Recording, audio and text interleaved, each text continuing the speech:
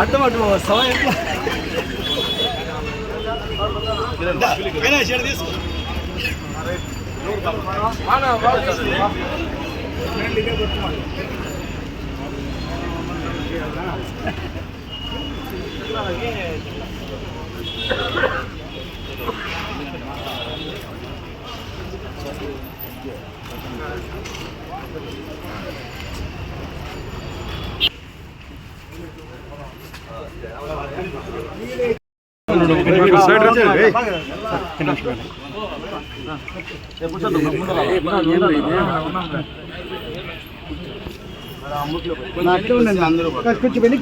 కొంచెం వెనక్కి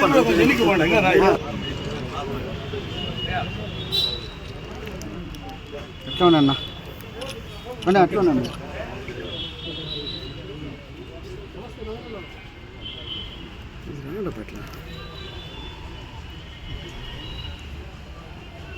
madam SC సామాజిక వర్గానికి చెందిన కృష్ణప్ప అని ఒక మా వైఎస్ఆర్ కుటుంబ సభ్యుడు, అతనికి మీరు న్యాయం చేయాలని మా వైఎస్ఆర్ కుటుంబ సభ్యులందరూ మీకు ఒక అర్జీ ఇవ్వడం జరుగుతుంది. అతని మరణవాంగ్మూలంలోనే అతని కారకుడు కూడా రాసి పెట్టుకున్నాడు. అతని వల్లనే చనిపోయాడు. అందులోనే ఎస్సీ కాబట్టి ఇతను ఎక్కువ వేదన గురి చేయడం వల్ల అతను రైలు తీసుకోవడం బాగా అందరూ అనాథ వాళ్ళు ఖచ్చితంగా న్యాయం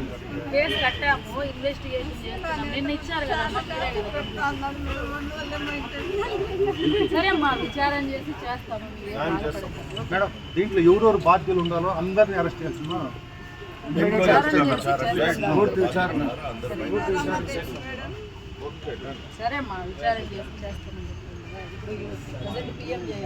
మేడం. మొబైల్లో కూడా రికార్డింగ్ ఉందంట. సరే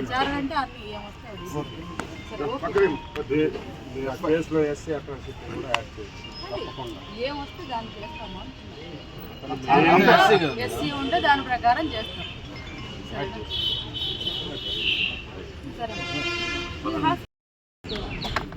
అనగా నిన్న పలమనేరు నియోజకవర్గం బోరెడ్డిపల్లి కాలనీలో జరిగినటువంటి విచార ఘటన ఈ ఆంధ్ర రాష్ట్రంలో రెడ్ బుక్ పాలన సాగేదానికి ఇది నిదర్శనం అవునా కాదా అని చెప్పి మేము అడుగుతా ఉన్నాం తెలుగుదేశం పార్టీ నాయకుల్నే.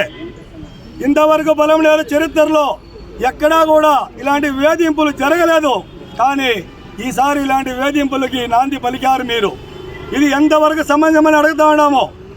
ఇవన్నీ కూడా ప్రతి ఒక్క విషయం కూడా ఇక్కడ జరిగేటువంటి పేకాట కాడి నుంచి, లాటరీ టికెట్ కాడి నుంచి, గంజాయి కాడి నుంచి ఏ ఒక్క విషయమో ఈ పలమనేరు శాసనసభ్యులకు తెలుసా తెలియదని అడుగుతా ఉన్నాం. మేము ఒకటే అడిగేది, గడ్డూరు కాలనీలో ఒక ఎస్సీ కులంకు చెందినటువంటి కృష్ణప్పను మీ పార్టీ 255 బూత్ ఇన్ఛార్జ్ శ్రీనివాసులు అనే అతను వేధించి కులం పేరుతో దూషించి అవమానపరిచి అతని కుటుంబానికి దిక్కు లేకుండా చేసింది మీ తెలుగుదేశం పార్టీకి. ఇది తగునా అని అడుగుతూ ఉన్నాము. ఇలాంటివి ఇదే కన్నా కొనసాగితే రేపు రాబోయే ఎలక్షన్స్లో రేపు మేమే కానీ అధికారంలోకి వస్తే ఇలాంటివి మళ్ళీ విపరీతంగా చేయాల్సి వస్తుందని చెప్పి కూడా మీకు హెచ్చరిస్తూ ఉన్నాం. కానీ పలమనేరులో ప్రశాంతకు మారుపేరు. ఇంతవరకు చరిత్రలో ఎక్కడా కూడా ఎస్సీ కులం పైన పడినటువంటి దాఖలాలు లేవు. ఒక ఎస్సీ కుటుంబానికి చెందిన వ్యక్తి, ఒక పెయింటరు పొగలంతా కష్టపడి ఒక కూలి చేసుకొని వస్తే తప్ప అతని కుటుంబాన్ని సాకలైనటువంటి పరిస్థితిలో దీని వెనకాల శ్రీనివాసులు ఒక్కడే కాదు, దీని వెనకాల అధికార పార్టీ నాయకులు ఎవరెవరు ఉన్నారో వాళ్ళందరి మీద కూడా తగిన చర్యలు తీసుకోవాలా, ఎంక్వైరీ పారదర్శకంగా జరిపించాలా. కృష్ణప్ప కుటుంబానికి ప్రభుత్వం నుంచి 50 లక్షల రూపాయలు పారితోషికం అందించాలని చెప్పి, ఎందుకు ఆత్మహత్య చేసుకున్నాడు కాబట్టి అవి అందించాలని చెప్పి వైఎస్ఆర్ కాంగ్రెస్ పార్టీ తరఫున డిమాండ్ చేస్తూ ఉన్నాం. అదే కాకుండా అక్కడ కృష్ణప్ప ఎస్సీ కులాన్ని వేధిస్తారు. ఇక్కడ రెడ్డి సామాజిక వర్గానికి చెందినటువంటి హేమంత్ రెడ్డి, సోమచంద్రారెడ్డి గారి ఇండ్లు మాత్రమే ఈ పలమనేరు మున్సిపాలిటీలో వైలేషన్ ఇది అవాయిడ్ చేసి ఇండ్లు కట్టారని చెప్తున్నారు. ఒక్కటి మీరు గుంటె మీద చేసుకొని అదులుతూ ఉంటా. మీ పై ఉండేటువంటి నాయకుడి నుంచి మీ కింద ఉండేటువంటి అధికారి వరకు ఎవరైనా సరే వైలేషన్ లేకుండా ఇండ్లు నిర్మించుంటే ఫస్ట్ మీరు తీసుకోరండి, తర్వాత మా నాయకులు కూడా కొట్టేయండి అని చెప్పి ఈ సభాముఖంగా తెలియజేస్తూ ఉంటారు. ఇక్కడ విచ్చేసినటువంటి వైఎస్ఆర్సీపీ కుటుంబ సభ్యులకి, మీడియా సోదరులకి అందరికీ హృదయపూర్వక నమస్కారములు. ఈరోజు చాలా బాధాకరమైన దినం. ఎందుకంటే ఈరోజు వైఎస్ఆర్సీపీ కుటుంబ సభ్యుడు, మా సోదరుడు, ఎస్సీ మాల సామాజిక వర్గానికి చెందినటువంటి కృష్ణప్ప నిన్న తెలుగుదేశం కార్యకర్తల వలన నిన్న మామిడి తోటలో ఉరిపోసుకొని చనిపోవడం జరిగింది. దీనికి కారణం 255వ బూత్ తెలుగుదేశం ఇన్ఛార్జ్ సిడి వాసులు సీను అనే వ్యక్తి కృష్ణప్పని మానసికంగా క్షోభ పెడుతూ ఆయన 2000 దగ్గర 15 సంవత్సరములుగా ఒక ఇంటిలో కుటుంబం ఉంటున్నాడు. ఆయన్ని మానసికంగా ఆయన వచ్చి సీనా అనే వ్యక్తి ఇప్పుడు వచ్చి తెలుగుదేశం పార్టీ అధికారంలోకి వచ్చిన తర్వాత సీనా మన కృష్ణప్పని పిలిచి, నువ్వు ఈ ఇంట్లో ఉన్నావు కానీ ఈ ఇల్లు నీది కాదు, రమాదేవి అనే చెప్పి అతన్ని బెదిరించడం జరిగింది. కానీ 2000 దగ్గర 15 సంవత్సరాలుగా అతను ఆ కుటుంబంతో ఉన్నాడు. కాబట్టి ఆ సీనా అనే ఒక వ్యక్తి ఇతన్ని 50,000 నుంచి దగ్గర 5 లక్షల వరకు డిమాండ్ చేయడం అనేసి మాకు తెలిసినది. కాబట్టి దీనిపైన తెలుగుదేశం నాయకులు, కార్యకర్తలు అందరూ దీనిపైన ఆ యొక్క సీనా అనే వ్యక్తిని మీరు ప్రశ్నించి కృష్ణప్ప కుటుంబానికి మీరు న్యాయం చేయాలని నేను మనస్ఫూర్తిగా కోరుకుంటున్నాను. ఎందుకురా చెప్తా ఉన్నానంటే, మన అచ్చెన్నాయుడు గారు చెప్పారు, మీరు ఒక బెల్ వేసుకొచ్చి స్టేషన్లో మీరు ఏం చెప్తే వాళ్ళు చేస్తారు అని చెప్పేసి. అలాగే మన లోకేష్ గారు చెప్పారు రెడ్ బుక్ రాజ్యాంగం అనేసి. మీరు ఇన్ని రోజులు ఇది రాష్ట్రంలో జరుగుతూ ఉంది, కానీ ఈ సంస్కృతి పలమనేరులో కూడా స్టార్ట్ అయింది. ఎందుకంటే దానికి ఒక ఉదాహరణ నేను కూడా ఒక బాధ్యుడినే, చెప్పచ్చో చెప్పకూడదు కానీ ఈ సందర్భంగా నాది కూడా చెప్తున్నాను. ఒక కమిషనర్ వచ్చి 10 రోజులు కూడా కాలేదు, ఆయన వచ్చి 10 రోజులు కూడా కాలేదు. 10 రోజుల్లోనే ఆయనకి కొత్తపేట ఎక్కడుంది, పాతపేట ఎక్కడుంది, అంబేద్కర్ నగర్ ఎక్కడెక్కడుంది, వినాయక నగర్ ఎక్కడుంది కూడా తెలీదు.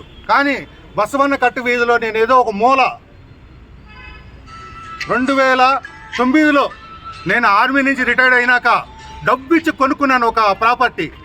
దాన్ని 2017లో నేను కన్స్ట్రక్షన్ చేశాను. ఆ రోజు రెసిడెన్షియల్ అని చెప్పి నేను చేసుకున్నాను. కానీ నాకు ఆర్థికంగా ప్రాబ్లం ఉన్న దానివల్ల నేను ఒక మోల్డింగ్ వేసి పెట్టుకున్నాను. టెంపరవరీ దాంట్లో ఏదో నేనే దాన్ని ఊరికి బాడుకి ఇవ్వలేదు, కానీ నేను అందులోనే ఉన్నా. కానీ మీకు అందరికీ తెలియదు, నాకు ఎక్స్ ఆర్మీ రెసిడెన్షియల్ అంటే నేను ట్యాక్స్ కట్టకూడదు. అందరికీ తెలుసు, గవర్నమెంట్ చట్టం ఉండాలి, మాకు ఇది కల్పించారు. కానీ నేను 6 నెలలకు 22,000 రూపాయల ట్యాక్స్ కడుతున్నాను. దానికి సంవత్సరానికి దగ్గర 44,000 45,000 కడుతున్నాను. నెలకు 3,000 రూపాయల కరెంటు బిల్లు కడుతున్నాను. ఇంత చేసి కూడా వాళ్ళు నాకు నోటీస్ ఇచ్చారు. ఎవరు? కమిషనర్ గారు వచ్చి 10 రోజులే కాలేదు. ఇది దగ్గర 3 నెలలుగా జరుగుతూ ఉంది. పాత కమిషనర్ని నాకు నోటీస్ ఇమ్మని చెప్పారు. ఆయన ఏం చెప్పాడంటే, అన్న నాకు భార్య పిల్లలు ఉన్నారు, నేను ఇటువంటి తప్పుడు కార్యక్రమాలు నేను చెయ్యను అని చెప్పిన దానికి ఆయన్ని పిలిపించుకొని నువ్వు లీవ్ పెట్టి వెళ్ళిపో అని చెప్పారు. ఆయన వెళ్ళిన వెంటనే ఈయన వచ్చాడు. ఎవరో మన లోకేష్ వర్మ గారు. ఆయన వచ్చిన 10 రోజులు కూడా కాలేదు. హేమంత్ కుమార్ రెడ్డి ఎవరని కూడా ఆయనకు తెలియదు. అయినా కూడా ఇమ్మీడియట్లీ నాకు నోటీస్ పంపించారు. కానీ ఆయనకి నిన్న రిప్లై కూడా ఇచ్చేసాను. నేను నిన్న రీచ్ పోస్ట్ కూడా చేశాను, రిప్లై ఇచ్చాను. కాబట్టి మీరందరూ ఆలోచించండి. పలమనేరులో తెలుగుదేశం అరాచకాలు ఎక్కువైపోయినాయి. మీరు దీనిపైన దృష్టి పెట్టాలా. ఎమ్మెల్యే గారు ఎందుకు ఇలా చేస్తున్నారో నాకు అర్థం కావడం లేదు. ఇంకొక విషయం, ఫైనల్గా ఇంకొక విషయం చెప్తున్నాను. ఏం చెప్తున్నారంటే, ఒక సినిమా డైలాగ్ ఉంది రవితేజ విక్రమార్కుల్లో, నా బిల్డింగ్ కొట్టాలని మీరు కానీ మనసు పెట్టుకొని తెలుగుదేశం నాయకులు కానీ ఒకవేళ కమిషనర్ కానీ కొట్టాలని అనుకుంటే నాకు ఒక రోజు ముందు మీరు అవకాశం ఇవ్వండి. నేను నా బిల్డింగ్ మీదనే కూర్చుంటా, నా పక్కలోనే బిల్డింగ్ ముందట చేరేసుకొని కూర్చుంటా. మీరు కొట్టేటప్పుడు నా ముఖంలో చిరునవ్వు ఉండాలా, నా మీసం మీద నా చెయ్యి ఉండాలని చెప్తున్నాను. నేను భయపడను. నేను కోర్టుకు కూడా పోను. మా మాజీ ఎమ్మెల్యే గారు చెప్పారు, అన్న మీరు హైకోర్టుకు వెళ్తాము, డబ్బులు కూడా నేను ఇస్తాను, స్టే తెచ్చుకుందామని. అయ్యా నేను కోర్టుకు పోను. నేను ఇది కష్టపడిన కష్టార్జితం. మీరు ఏమి కొడతారో మీరు ఏం చేస్తారో చేసుకోండి. నాకు నా పార్టీ అంటుంది, నాకు ఎవరి సహాయం నాకు అవసరం లేదని చెప్పి మనస్ఫూర్తిగా తెలియజేస్తూ కృష్ణప్ప కుటుంబానికి మరొక్కసారి ఆయనకి న్యాయం చేయాలని మనస్ఫూర్తిగా కోరుకుంటున్నాను. ఈరోజు పలమనేరు నియోజకవర్గంలో మున్సిపాలిటీ పరిధిలో గల బోరెడ్డిపల్లి గ్రామానికి చెందినటువంటి ఎం కృష్ణప్ప అనే అతను వైఎస్ఆర్ కాంగ్రెస్ పార్టీ సంబంధించిన నాయకుడు, ఎస్సీ మాల సామాజిక వర్గానికి చెందినటువంటి వ్యక్తి, రోజు దినసరి కూలి చేసుకునేటువంటి వ్యక్తి. అలాంటి వ్యక్తి నివసిస్తున్నటువంటి స్థల వివాదంలో తెలుగుదేశం పార్టీ కూటమి ప్రభుత్వం అధికారంలోకి వచ్చినప్పటి నుంచి కూడా అతన్ని తరచూ వేధిస్తూ అతన్ని మానసికంగా బాధ పెడుతూ అతని కుటుంబం పైన అనేక సార్లు దాడులు చేస్తూ అతనిపైన దాడులు చేస్తూ చివరికి అతను మానసిక ఒత్తిడికి లోనై ఈ కూటమి ప్రభుత్వ అరాచకాలని తట్టుకోలేక ఆ శ్రీనివాసులు అనే అతని వేదనకి తట్టుకోలేక నిన్న ఒక మామిడి చెట్టుకి ఉరివేసుకొని జోబీలో శ్రీనివాసులే నా మరణానికి కారణము అనిపి మరణ వాంగ్మూలాన్ని ఇస్తూ చనిపోవడం జరిగింది. అధికారంలోకి వచ్చినప్పటి నుంచి కూడా తెలుగుదేశం పార్టీ రాష్ట్రంలో చాలా చోట్ల దళితుల పట్ల కానీ ఎస్సీ మాల సామాజిక వర్గం పట్ల కానీ అనేక దాడులు, ఎంతోమందిని అతి క్రూరంగా కూడా చంపడం జరిగింది. మహిళలను కూడా వివస్త్రాలు చేయడం జరిగింది. ఎంతోమందిని జైల్లో వేయడం కూడా జరిగింది. అంటే ఈ రాష్ట్రంలో మాల సామాజిక వర్గం అంటే మీకు అంత చిన్న చూపు అని ఈరోజు ప్రశ్నిస్తూ ఉన్నాం. మేము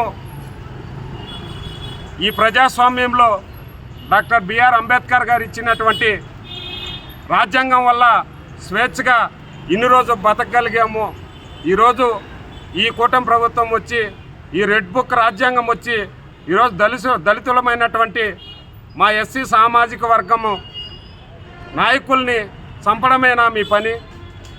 మేము కనీసము ఈ ప్రజాస్వామ్యంలో ఈ మనుషుల మధ్య బ్రతకడానికి కూడా వీలు కాకుండా మా సామాజిక వర్గం సంబంధించినటువంటి వ్యక్తుల్ని, తిరగబడేది తెలియనటువంటి వ్యక్తుల్ని ఈ విధంగా చంపేసి వాళ్ళ కుటుంబాన్ని అనాథలు చేసి ఆ కుటుంబం ఈరోజు ఆ తల్లి కానీ పడే వేదన, వాళ్ళకు ఉన్నటువంటి పిల్లలు పడే వేదన చూస్తే అందరికీ కూడా చాలా జాలేస్తుంది. కాబట్టి ఈ పలమనేరు నియోజకవర్గంలో ఇలాంటి దుశ్చర్యలకి ఎప్పుడు ఏ పార్టీ కూడా పాల్పడలేదు. ఈ విధమైనటువంటి సంఘటన జరగడం మా పార్టీ తరఫున మేము చాలా బాధపడుతున్నాం.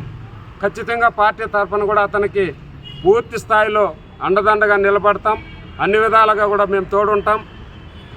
ఈ ప్రభుత్వం ఖచ్చితంగా ఎవరైతే ఈ సంఘటనకి పాల్పడినారో వాళ్ళపైన ఖచ్చితంగా murder case, attempt to murder case కట్టాలా. అదేవిధంగా ఎస్సీ యాక్ట్ కేసు కట్టి వాళ్ళకి ఎంతమంది ఆ కేసుకు సంబంధించి ఇన్వాల్వ్ అయినారో వాళ్ళందరిపైన కూడా బలమైనటువంటి కేసులు కట్టి మళ్ళీ కూడా ఈ పలమనేరు నియోజకవర్గంలో ఇలాంటి దుశ్చర్యలకు ఎవరు పాల్పడకుండా పోలీస్ శాఖ వారు కూడా నిరోధించాలని కూడా వైఎస్ఆర్ కాంగ్రెస్ పార్టీ తరఫున మేము డిమాండ్ చేస్తున్నాం.